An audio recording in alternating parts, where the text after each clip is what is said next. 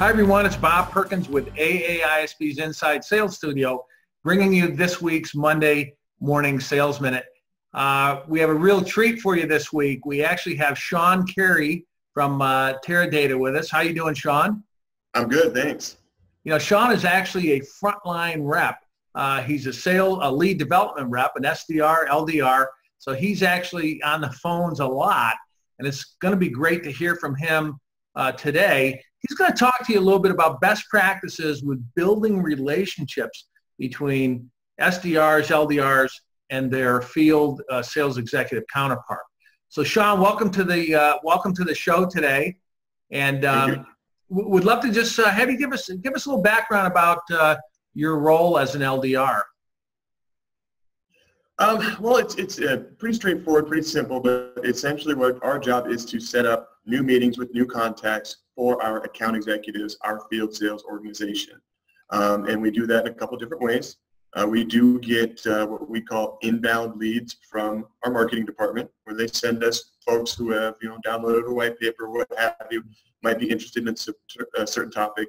And we also do a tremendous amount of outbound proactive campaigning ourselves, where we are essentially creating leads from, I guess, nothing, if you will, other than our own resources as far as what we know about our product and the industry at large. So we do quite a bit, and yes, a lot of phone work, a lot of email campaigning, the typical life of an inside sales representative. Well, we could talk about a lot of different things. I mean, the business development role certainly is not new. It's been around for a long time, but it's getting I think its fair share of prominence over the last year or two. So this is interesting. We haven't really talked too much about the relationship between inside and the field, although we know the team model is still commonly used out there. So why don't you share with the viewers some of your tips or best practices of how to really strengthen that relationship? Yeah, absolutely. I think the most important thing, and we put a huge emphasis on the team aspect of it because we want to become fully ingrained in the day-to-day or the week-to-week routine of the field sales. Not just some guy or girl who occasionally sends a lead over that may or may not be of specific value to what they want to do. We want to be somebody that they know, they trust, and they understand that if we send something over to them, that's coming from Sean. I know Sean, I work with him, and I know that this is going to be valuable. Right. And I think the way to do that is to build the relationship. And with that individual, there is a step-by-step process that you can do regardless of, the transitions and the ebbs and flows of being in a huge corporate environment. You're going to have to overcome some gaps and processes, and you can do that by setting up a simple weekly recurring call with your account executive. It's important that you make sure that call is on their calendar, Outlook calendar. It is an official half-hour call with them once a week. You can do every other week if you like. I wouldn't do less than that. Yeah. But what that does is it lets them know, hey, at 3 o'clock on Tuesday afternoon, every Tuesday, I'm meeting with Sean and Sean only to discuss prospecting and generating new leads within my territory. Another important tip on that is make sure that you don't include anybody else other than the two of you. You're going to be building the relationship between you and the account executive. And you want to make sure that you remain focused solely on prospecting within their accounts, their territory, and that can get diluted sometimes when you have other folks on the phone. We will bring other people on the phone occasionally, industry consultants, something like that, if it's a topic that we need. So making sure that call's set up, making sure it's on their calendar, and that it is something that if they reschedule, they should feel a little bit guilty about doing it because it's an official thing. And as far as I'm sorry, go ahead. Finish your thought there. I have a follow-up question, but go ahead and continue. Do the follow-up questions. I have step 2 and step 3, and they'll be quick.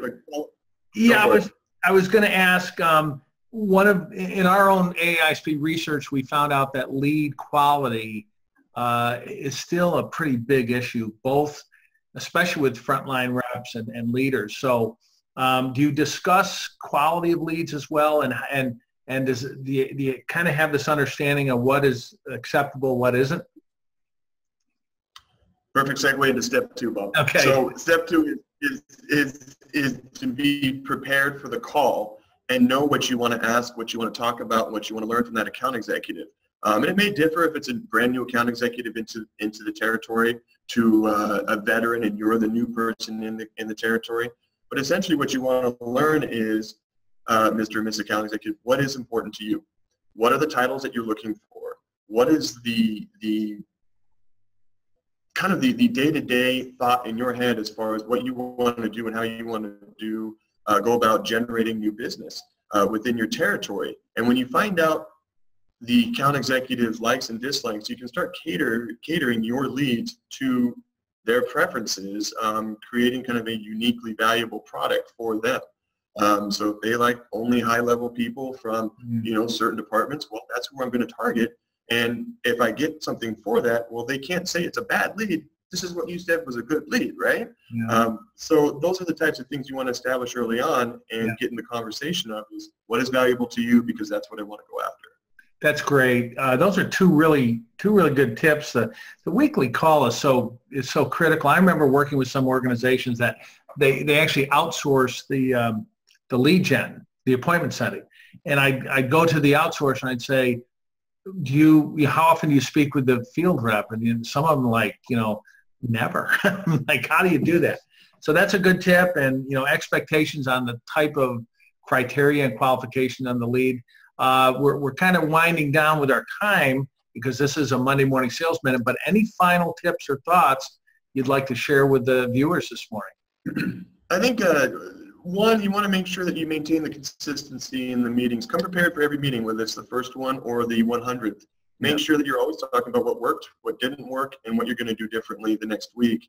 And then as far as an overall tip, I think you should, as inside sales professionals, we should realize our leads are the product that we're generating, and we are selling those leads to account executives. And if we're going to do that, we need to have some level of personalization within that approach so that we can create something uniquely valuable to them.